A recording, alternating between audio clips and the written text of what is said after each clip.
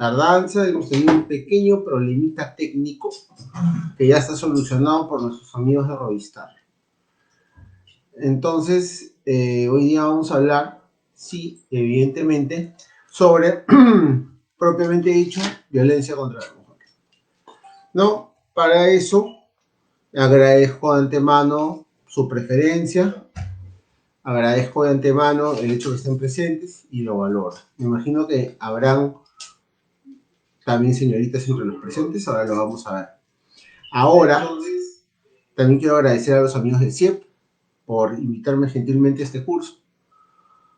Quiero hablar, y vamos a hablar, no cuál va a ser nuestro temario del día de hoy, vamos a hablar sobre básicamente sobre los alcances de la 3364, la ley de violencia contra la mujer, ¿no?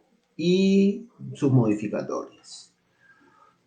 Básicamente, tenemos que hablar en un contexto, que es el siguiente.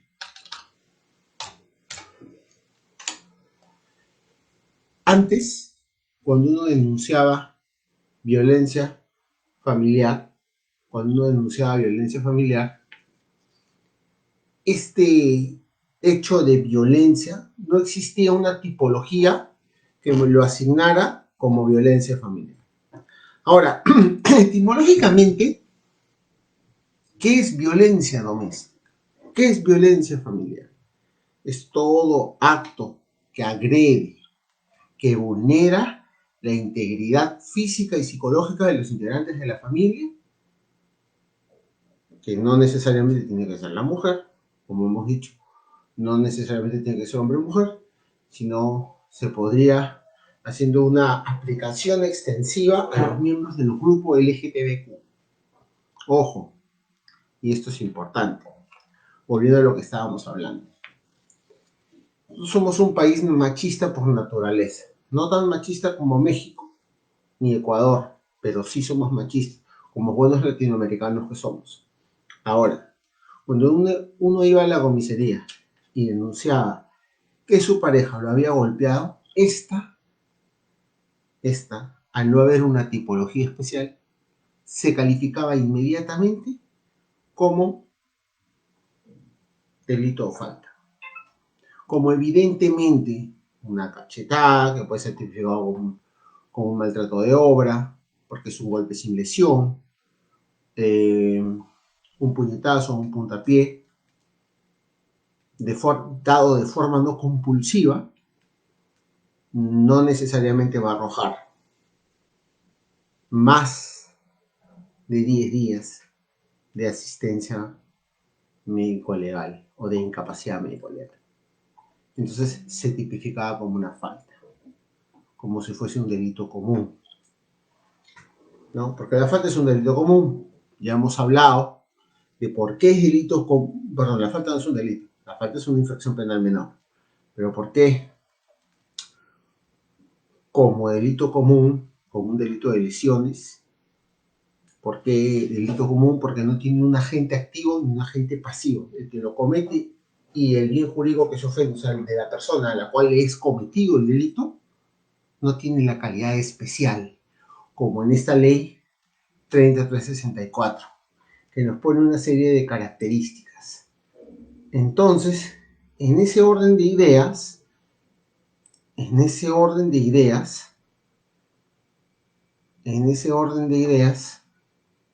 tenemos que hablar lo siguiente, que es interesante ponerlo. No tenía un tratamiento especial.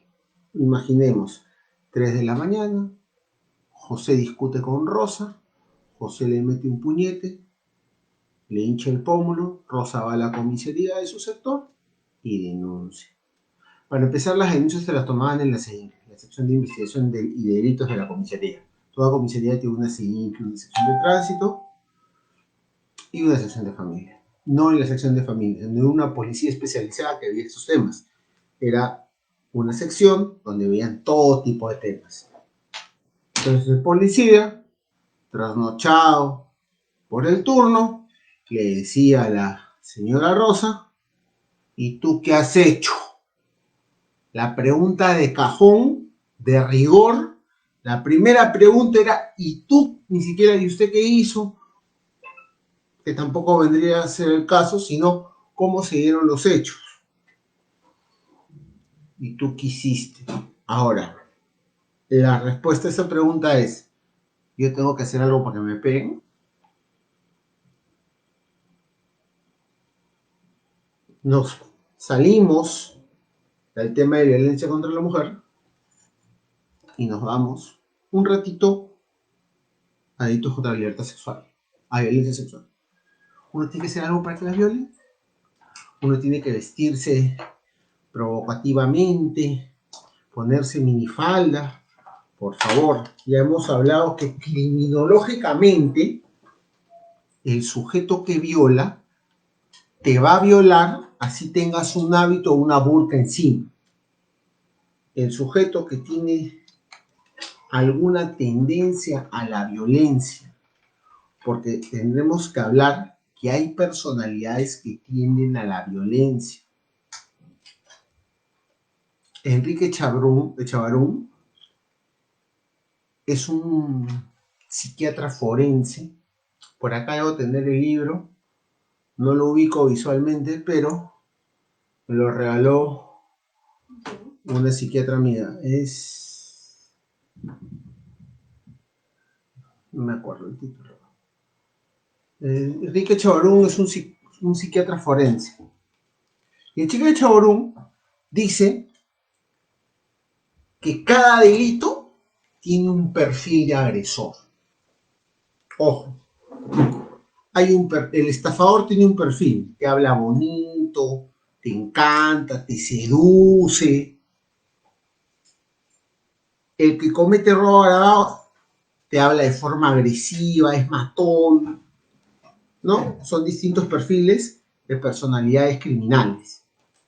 Ahora, el golpeador, al momento que se le toma la pericia, la persona que comete violencia doméstica, ojo, hacemos un paréntesis. En Estados Unidos, cuando uno hace una llamada al 911 o al 911, porque allá sí contestan, acá están jugando Counter-Strike y no contestan el teléfono, pero allá sí contestan. Tú le dices violencia doméstica, el efectivo interviniente, el que te toca la puerta junto con su compañero, van con el arma desenfundada. Porque ellos dicen que en la violencia doméstica puede pasar de todo. Y ese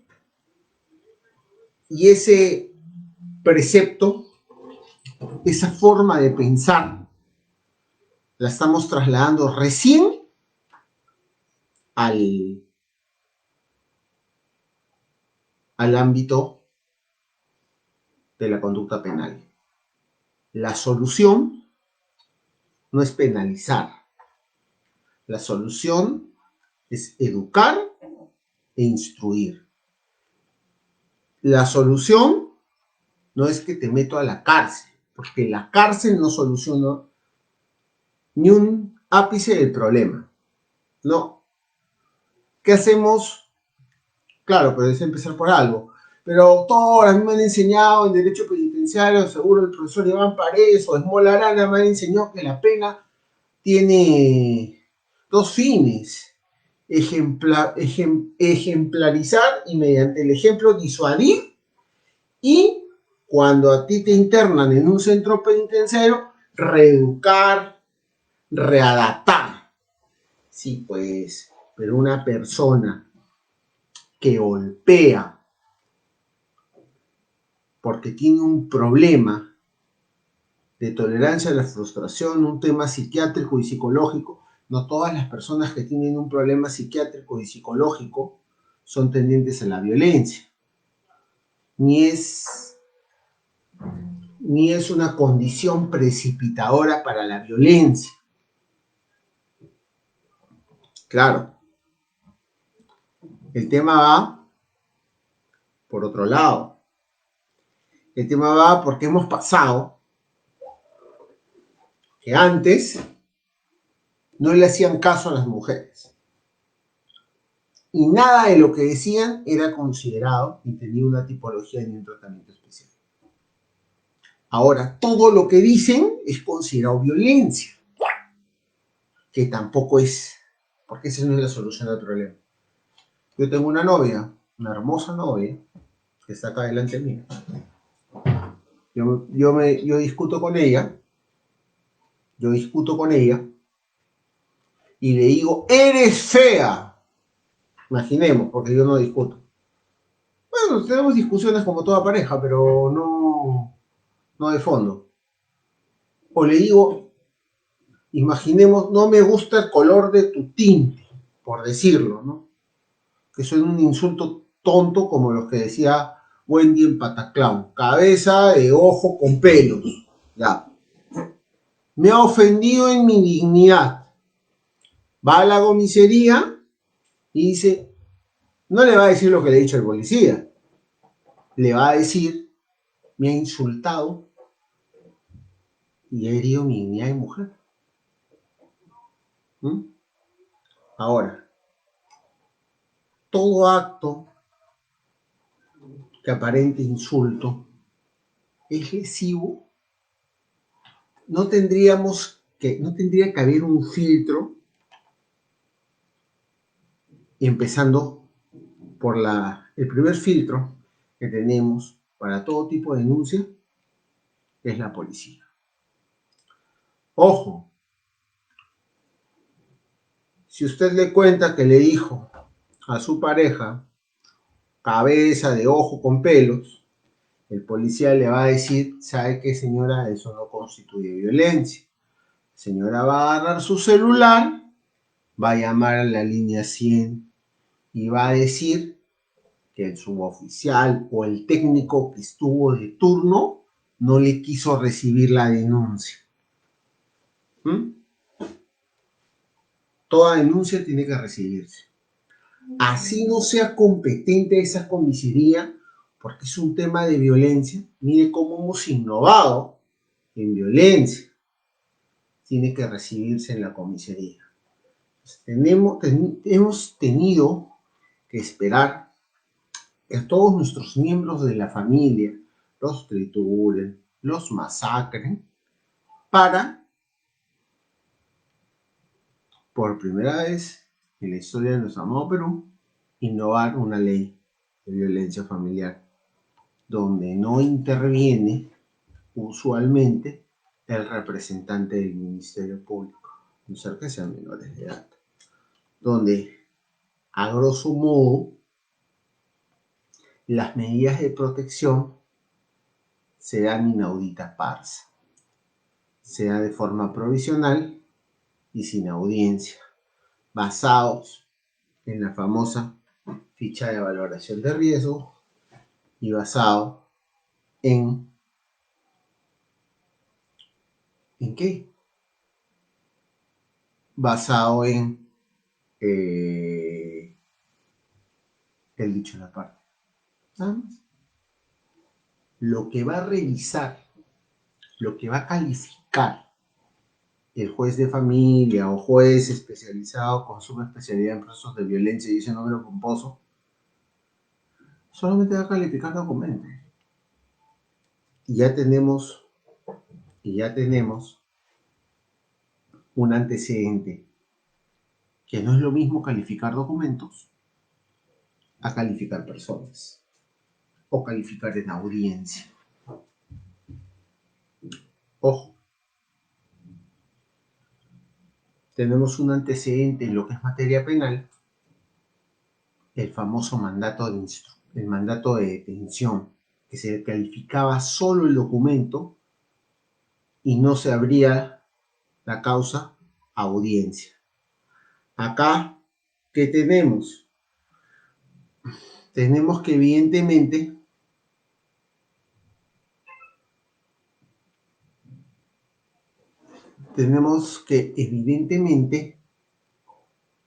eh,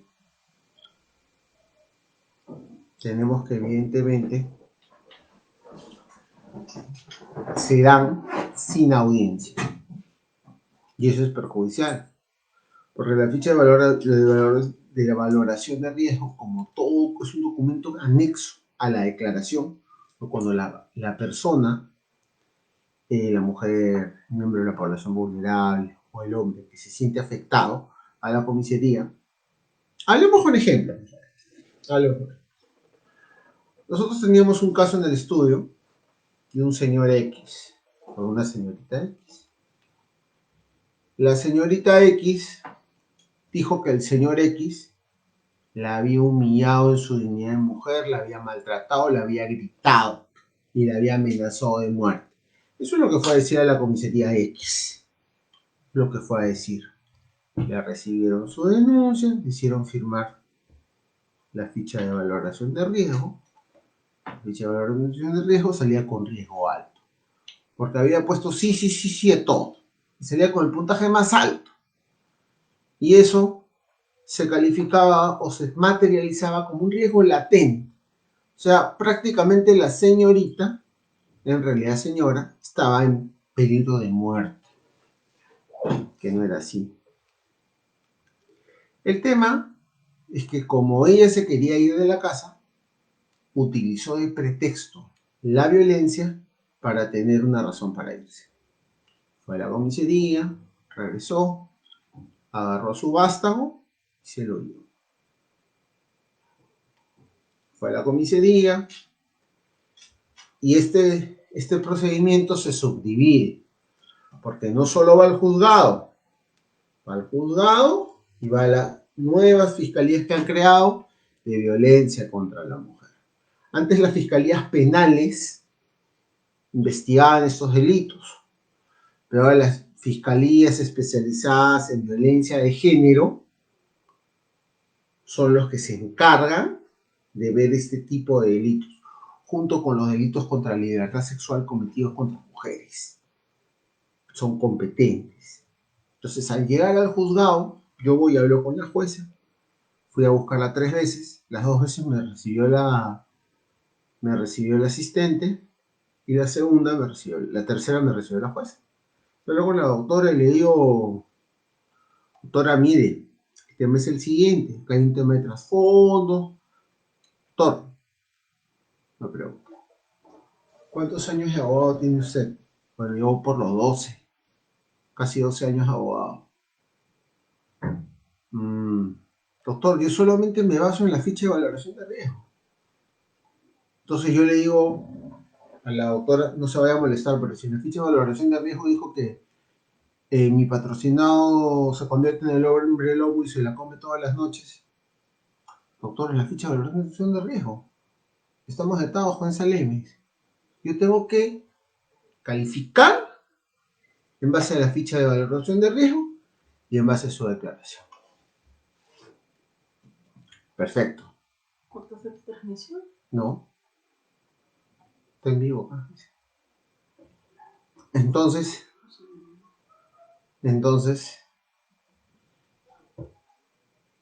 ¿dónde queda la parte humana de las intervenciones judiciales? Hemos retrotraído, hemos debilitado al Ministerio Público y hemos vuelto todopoderoso al juez, solamente basándose en documentación policial. No estoy criticando a la policía.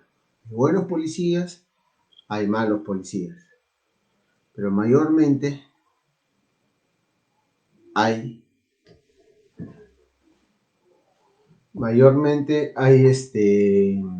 efectivos que tienen un criterio sesgado.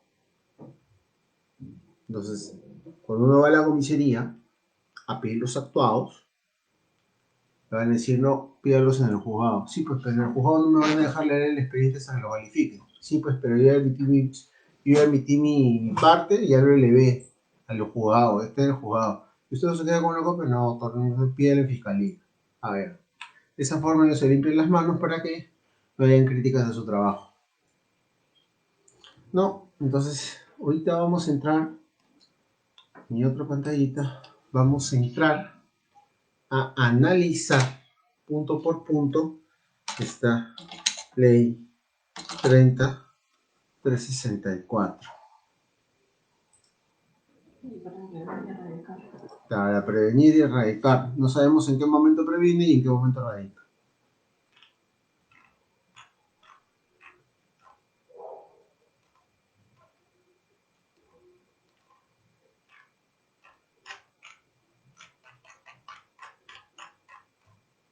A ver, denme un segundito.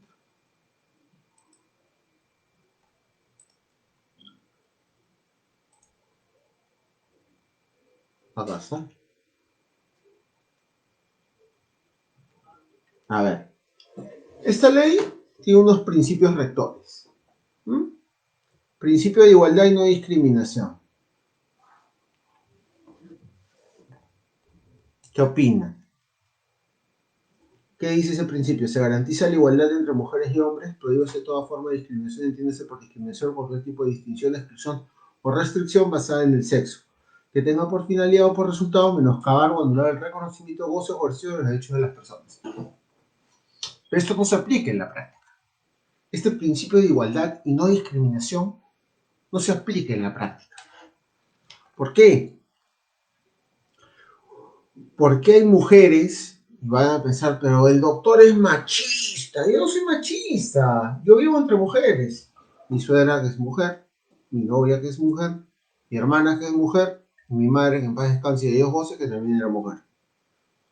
¿No? Entonces, todo ser humano es complicado. O sea, tenemos que legislativamente,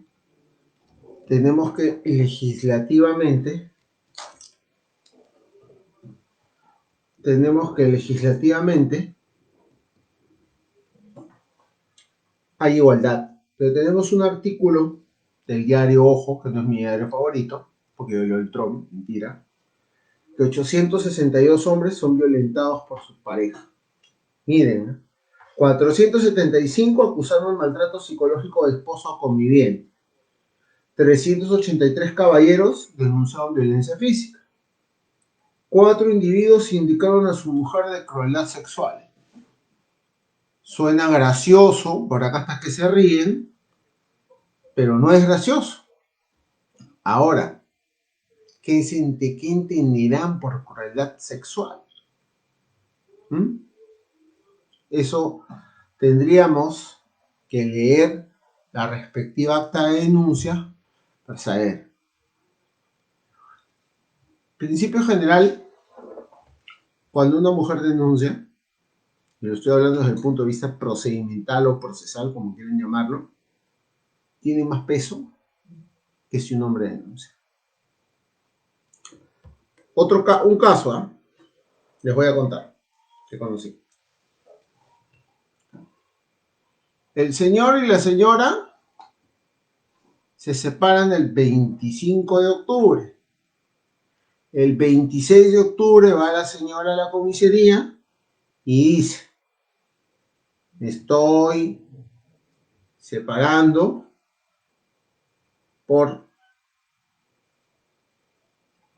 disparidad de caracteres. Perfecto. Se siente el acta, se firma y la señora se va a su casa con la broma de su mamá. Estamos 26 de octubre. El 28 de octubre regresa a molestar a la misma comisaría y dice, señor, ya no es retiro voluntario, es retiro forzado. Ya, señora, se le hace un otro ampliatorio a la misma denuncia. Se retira otra vez, se va en su escoba. El 30, para Halloween, regresa a la misma comisaría y le dice al policía, ya no es retiro forzado, no es retiro voluntario, sino es violencia familiar, psicológica, física y patrimonial. Así lo tipifica. Entonces, yo hago una pregunta en base al análisis de este principio de igualdad y no discriminación. Si no hubiese discriminación y si hubiese igualdad, ¿por qué se le tendría que creer? ¿No? Desde el punto de vista procesal. Si yo voy a una comisaría, acompañada de mi señora madre, de mi señor padre, de mis hermanos, de mis hermanos, a denunciar un hecho, desde un principio digo, señor, es violencia. ¿No?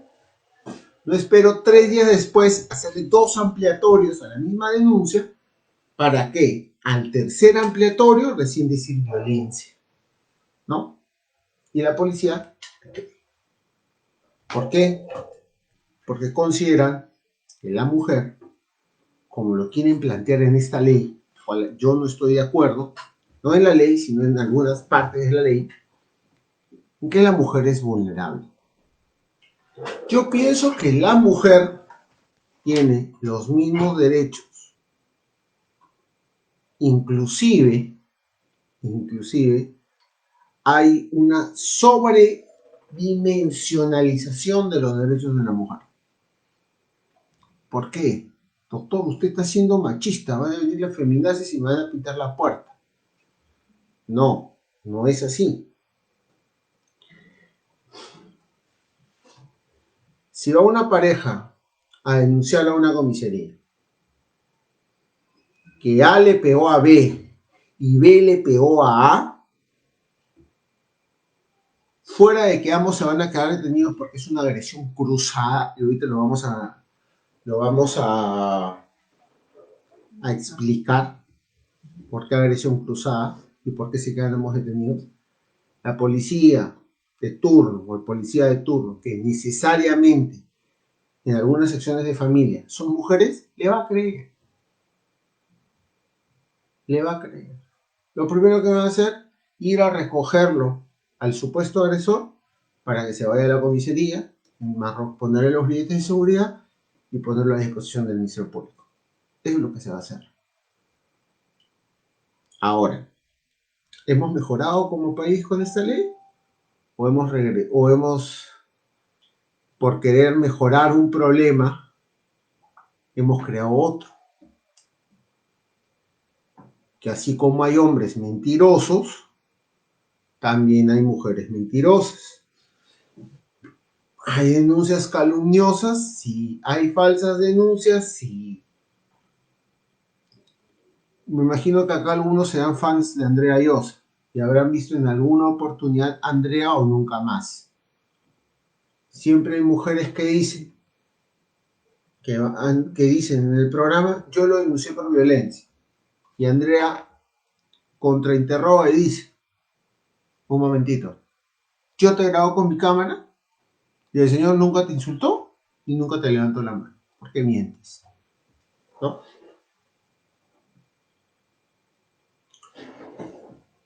Entonces, ¿dónde está la igualdad y la no discriminación? Nosotros, como operadores de justicia, o la policía, como operador de justicia, tiene que,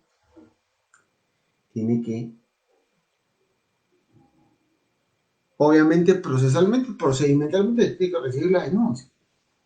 Ahora, y eso ya no está en manos de la policía, porque si la policía no recibe la denuncia, lo van a denunciar, lo van a quejar a inspectoría. Después tenemos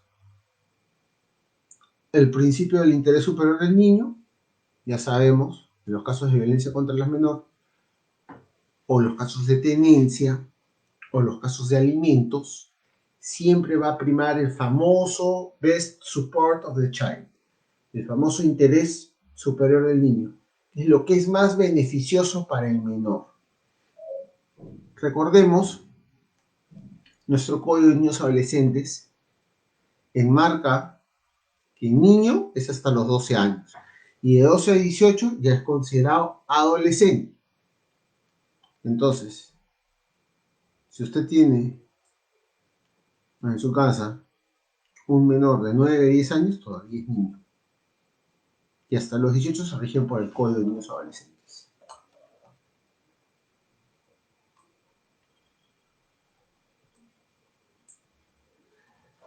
Tenemos un principio interesante que es el principio de intervención inmediata y oportuna de los operadores de justicia y la PNP, que dice: ante un hecho de amenaza de violencia deben actuar en forma oportuna sin dilación por razones procedimentales, formales o de otra naturaleza, disponiendo del ejercicio de las medidas de protección previstas en la ley y otras normas con la finalidad de atender efectivamente a la víctima. Acá hay una desnaturalización del principio de intervención inmediata y oportuna. ¿Por qué? ¿Toda persona que denuncia es víctima? ¿Toda persona denunciada es agresor? Esa es una buena pregunta. Toda persona que denuncia no es víctima, ni toda persona denunciada es agresor. Ahora, desde un punto etimológico, ¿qué es una denuncia? La denuncia es un dicho, nada más. Es un dicho. Vertido, vale la redundancia, ante la autoridad pertinente, ante el operador de justicia. Es una denuncia. No deja la calidad de chisme. Puede ser un chisme, sí, puede ser un chisme. Solo que ese chisme se dice ante la autoridad competente. Llámese Policía Nacional del Perú, PNP, autoridad fiscal. Ya. Tenemos un dicho. Los dichos pueden ser verdad, como pueden ser falsos. Y acá no me van a dejar mentir. Entonces, si yo voy a una dependencia policial y digo, mi mujer me pega, necesariamente lo que yo digo va a ser cierto. No, tiene que estar sometido a investigación. Claro. A una investigación prejurisdiccional, a una investigación con garantías, a no ser que sea flagrancia. Hay víctimas reales y víctimas ficticias. Cuando lo que persiguen es el ánimo de venganza. Ahora, ¿cuáles son las salidas? ¿Cuáles son las salidas para que lo que han querido hacer es evidentemente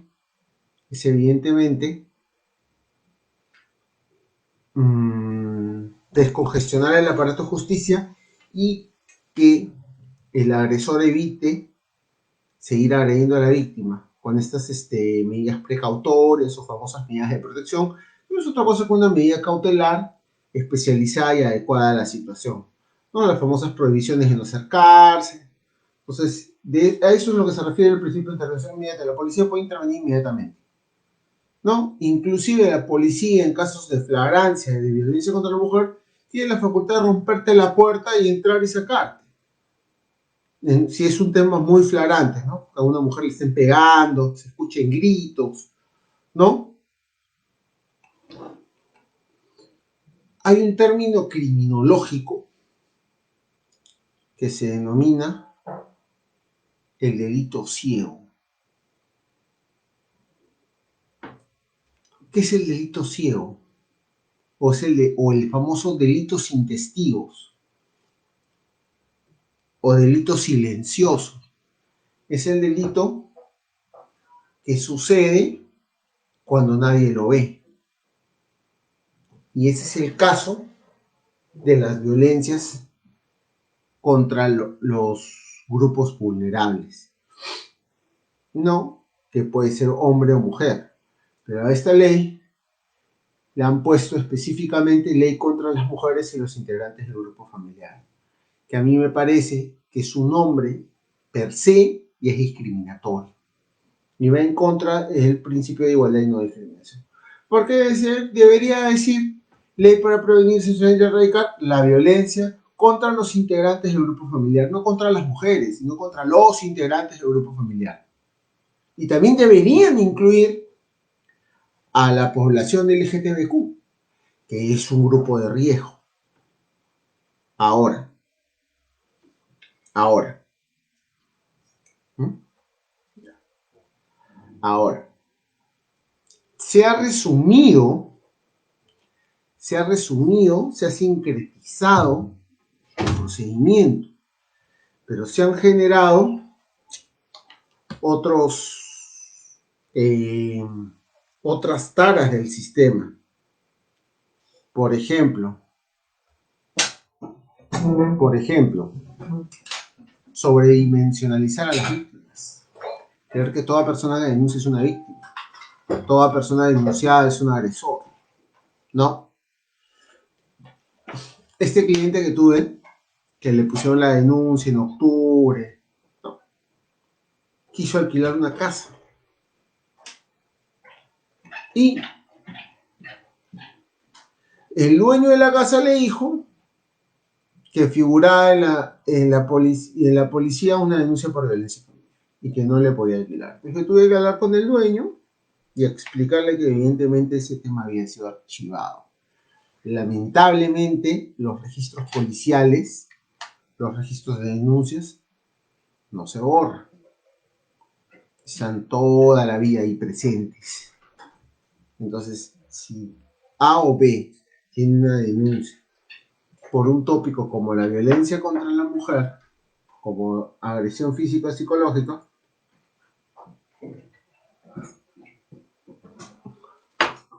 eso es una forma de discriminación que debería ser erradicada de tal forma que esos registros policiales, en el momento que se archiva la denuncia, se borran. Unas personas dicen que se puede borrar, otras personas dicen que no. Principio de sencillez y oralidad. Dice, todos los procesos por violencia contra las mujeres se desarrollan considerando el mínimo de formalismo en espacios amigables para las presuntas víctimas, favoreciendo que éstas confíen en el sistema y colaboren con él para una adecuada sanción al agresor y la restitución de sus derechos vulnerados. Otra falacia de nuestra hermana ley. Sí, es sencillo, porque no hay mayor trámite de lo que se dice en la policía, pero básicamente, ¿quién controla que el dicho sea verdad? Ojo, este señor, este cliente que tuvimos,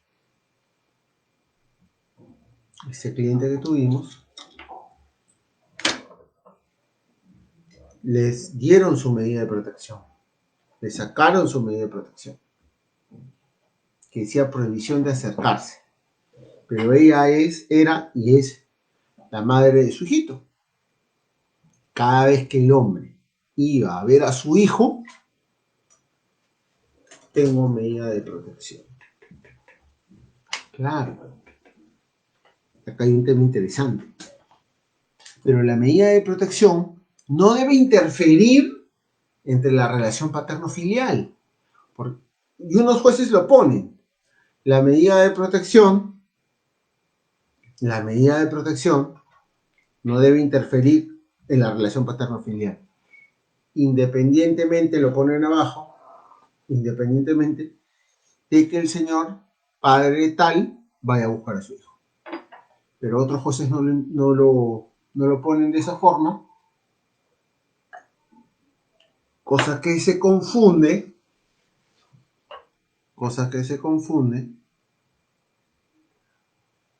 y al momento que va a buscar a su hijo, es detenido por incumplimiento de medidas. Ahora, yo tuve un caso,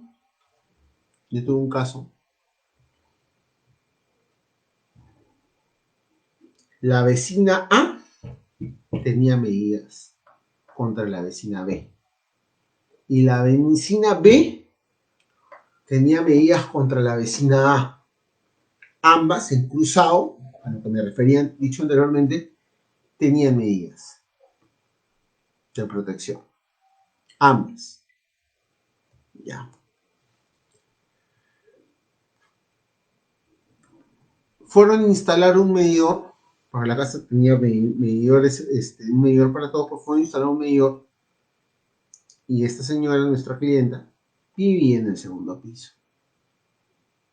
La persona conflictiva vivía en el tercero. La señora estaba en la puerta de su casa mirando cómo instalaban su medidor. Llega personal de Luz del Sur, instala el medidor y la señora, por decirle de alguna forma revoltosa, baja y empieza a botar a Luz del Sur. ¿No? Que es una forma indirecta de ejercer violencia contra mi cliente. Ahora, ahora, ahora, ahora. Llegó un policía de la comisaría de Villa María del Triunfo. Gran efectivo policial, años de policía, condecorado, pero sin la capacidad para intervenir en este tipo de casos. Porque si bien los delitos de violencia contra la mujer e integrantes del grupo familiar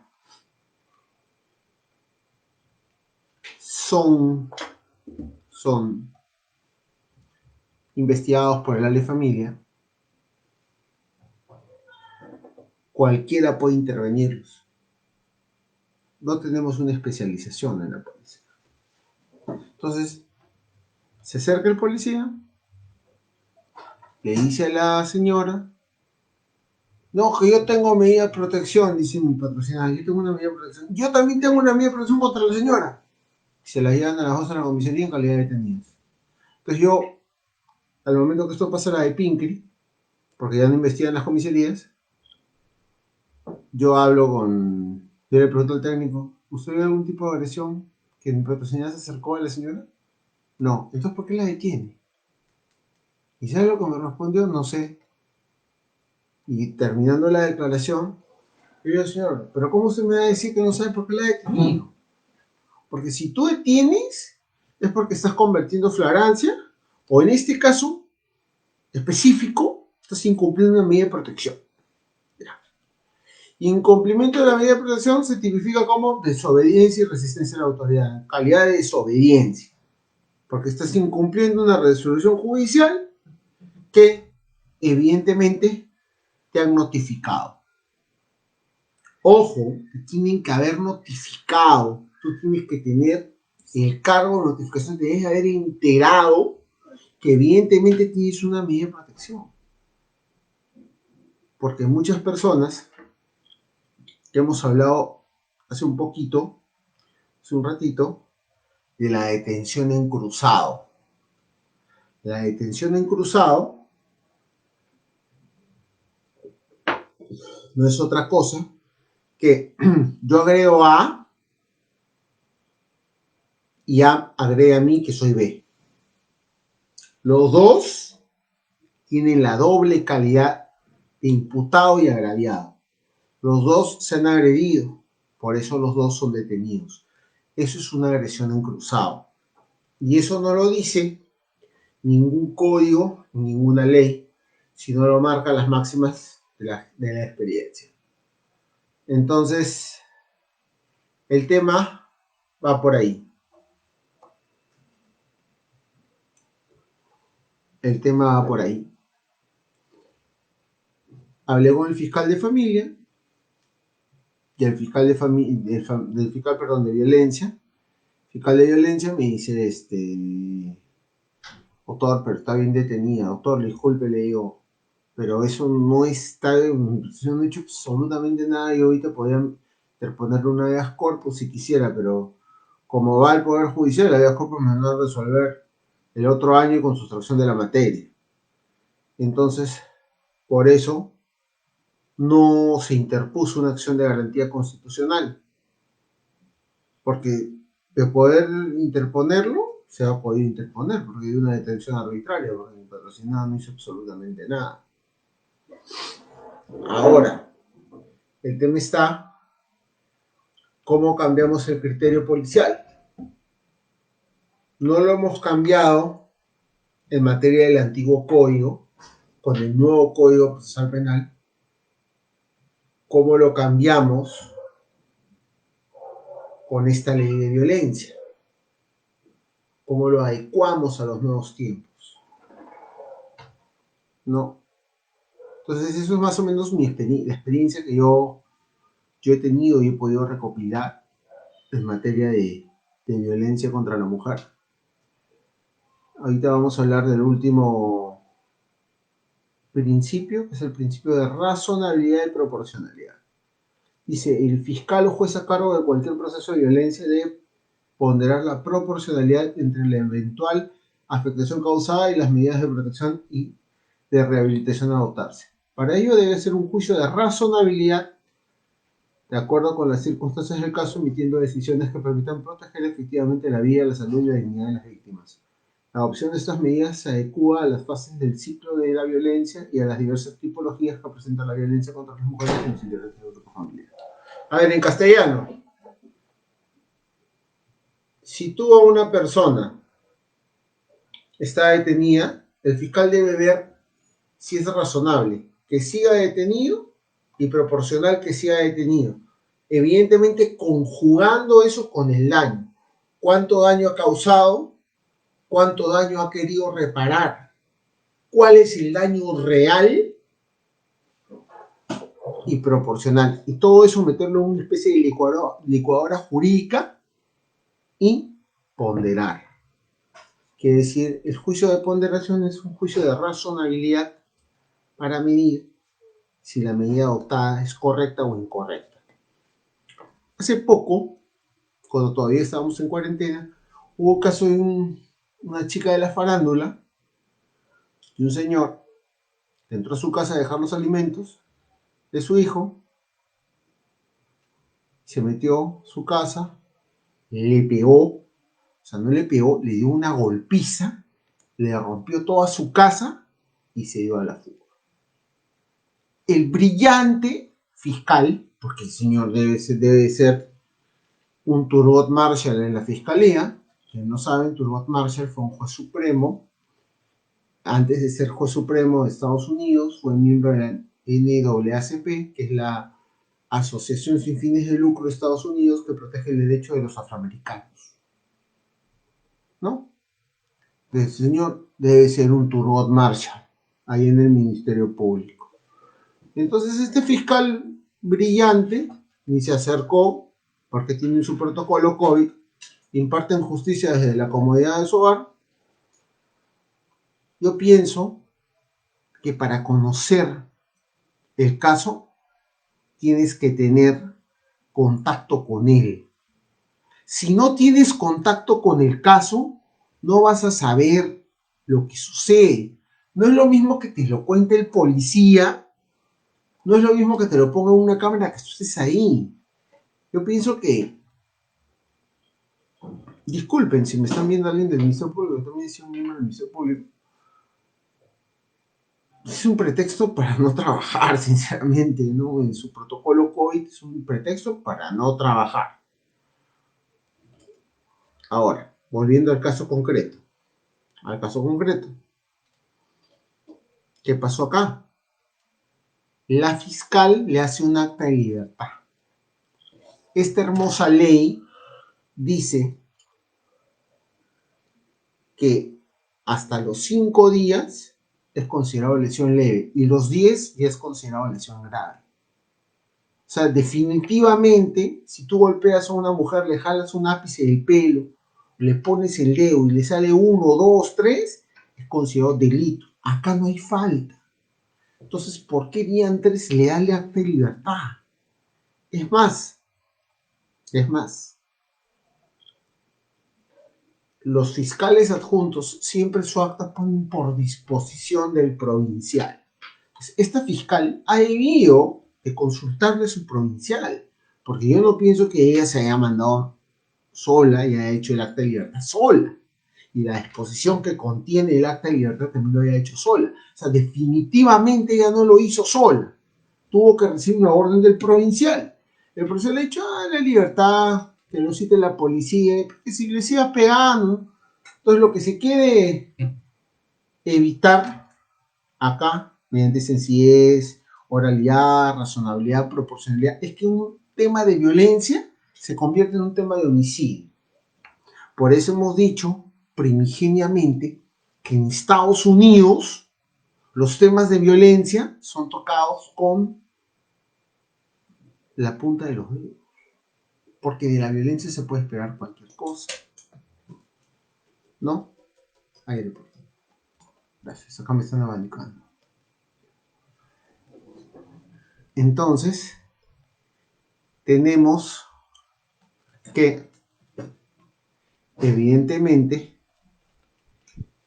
estos principios que recoge la ley, son un poco sesgados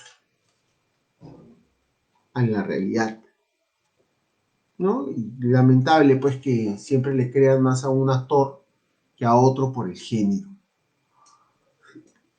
Lo mismo sucede con los miembros del LGTBQ. ¿Por qué? ¿Por qué sucede esto? Imaginemos que un transvesti, un transformista que se dedica al trabajo sexual es golpeado salvajemente por su cliente y va a denunciar. Lo primero que va a hacer el operador de justicia es, cabrón, le va a decir, ya, pasa. Por eso no quieren denunciar. Yo pienso que esta ley debe ser, o está haciendo, o está poniendo los hitos para una inclusión, ¿no? Entonces, yo pienso que evidentemente le falta y se tienen que reformar algunas cosas. Estamos regresionando en vez de avanzar, porque hemos convertido a nuestro juez de familia o juez con subespecialidad en violencia de género en un juez todopoderoso y en un notario. Solo da fe lo que dice la policía. Eso vamos a verlo la próxima sesión. Vamos a hablar más de esta ley, súper interesante. Espero les haya gustado, espero se hayan divertido tanto como me he divertido yo, porque para mí estar es un placer. Aprender, porque uno no tiene que aprender aburriéndose, sino puede aprender divirtiéndose. Bueno, muchachos, esto ha sido todo por hoy. Otra vez agradecer a los amigos de CIEP por tenerme presente, como yo los tengo presente en mi corazón. Gracias, buenas noches.